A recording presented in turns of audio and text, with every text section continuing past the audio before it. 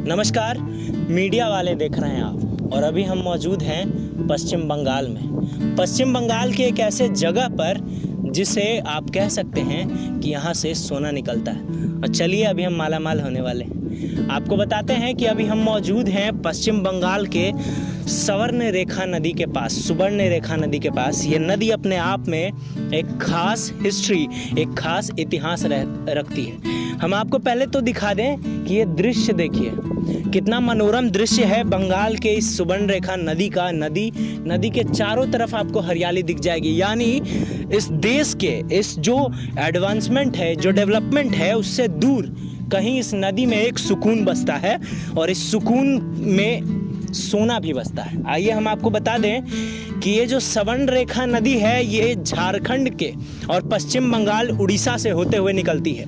ये पूरी नदी आप देखिए मेरे साथ कि ये पूरी नदी जो बहती है अंत में जाकर बंगाल की खाड़ी में मिल जाती है। कुल मिलाकर 474 किलोमीटर की दूरी से बनी ये नदी अपने आप में अहम है। हम आपको बता दें कि कई मान्यताओं के आधार पे इस बात का जिक्र होता है कि सवर्ण रेखा नदी से निकलने वाली जो रेत है उसमें सोने का कण पाया जाता है। जी आप सही सुन रहे हैं, सोने का कण यानी गोल्ड, चमचमाता गोल्ड, जिसका आप हीरा जवाहरात सब बनाते हैं, वो गोल्ड इसी नदी से पाई जाती है। और इसको सूप के द्वारा चाल के फटकार के लोग निकालते हैं। आइए हम दिखाते हैं आपको कि यहाँ जो नदी है उसमें किस तरीके से कलकल और रेत जो है, पानी स्वच्छ है, साथ ही साथ इसकी रेत जो है ये अपने आप में खास है। आइए हम आपको दिखाते हैं सबसे पहले कि ये जो रेत आप देख रहे हैं मेरे साथ, ये जो रेत पड़ी हुई है, ये रेत मकान और ज़मीन को बनाने के लिए सबसे बेहतरीन रेत है। यानी यहाँ पर जो मौजूद माउंटेन है वो रेड माउंटेन है, यानी लाल तरह की लाल जो मिट्टी है वो यहाँ पे पाई जाती है।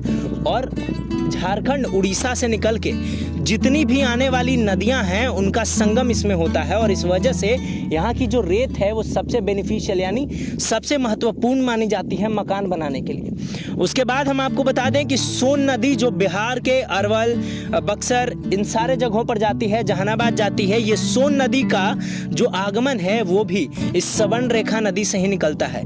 यानी बताया जाता है कि इस सवर्ण रेखा नदी के जो बालू हैं, इसके अंदर के जो कण हैं, उसके अंदर अगर आप उसको फटकारिएगा तो आपको सोना के कण मिलेंगे। और ये बात साक्ष्य के तौर पर प्रसिद्ध है।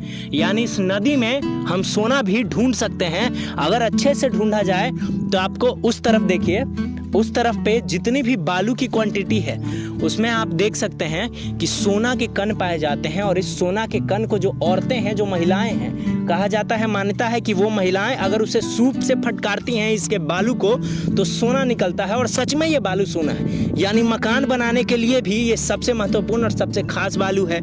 दूसरी चीज़, यहाँ की जो पत्थर है वो लाल मिट्टी से बनी हुई है और इस पत्थर का जो चट्टान है उसकी भी एक अलग खूबसूरती है। साथ ही साथ आप देखिए कि जो पानी है वो भी स्वच्छ है।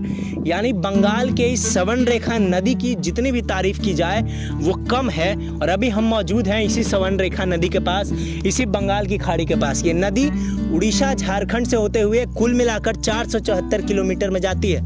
हम आपको पहले बता दे रहे हैं। लेकिन इस नदी का जो अभी जल है, जल स्तर अभी कम है। ये बारिश के साथ, चूंकि ये सीजनल नदी है तो बारिश के साथ इसका जलस्तर में बढ़ोतरी होता है। और आप देखिए कि जो नाव है वहाँ आपको एक नाव दिखेगा। नाव देखिए जहाँ से हमने शुरुआत की थी, ये नाव ऊपर लगी हुई है। यानी जो पानी का फ्लो है, जो पानी का स्तर है वो बरसात आने के साथ साथ बढ़ता जाता है और उतना ऊपर तक पहुंच जाता है। यानी ये पूरा जो आपको बालुई इलाका दिख रहा है वो सब ढक जाता है। और बाद में जब गर्मी का सीज़न आता है उस समय ये पानी का जल स्तर बहुत ही नीचे चला जाता है। चूँकि ये सवर्ण रेखा नदी के पास से हम आपको दिखा रहे थे और ऐसे ही तमाम अपडेट हम आप तक पहुँचाते रहेंगे। अभी हम बंगाल घूमने आए हैं और बंगाल की जो भी खासियत है, बंगाल का जो भी सोना है, बंगाल का जो महत्वपूर्ण चीज़ है वो हम आपको दिखाएंगे। इस वीडियो को अगर आप पसंद कर रहे हैं तो इस वीडियो को ज़रूर शेयर कीजिएगा और हम तक अपने कमेंट के माध्यम से अपनी राय रखते रहिएगा। तब तक के लिए नमस्कार, मीडिया वाले देख रहे हैं आप।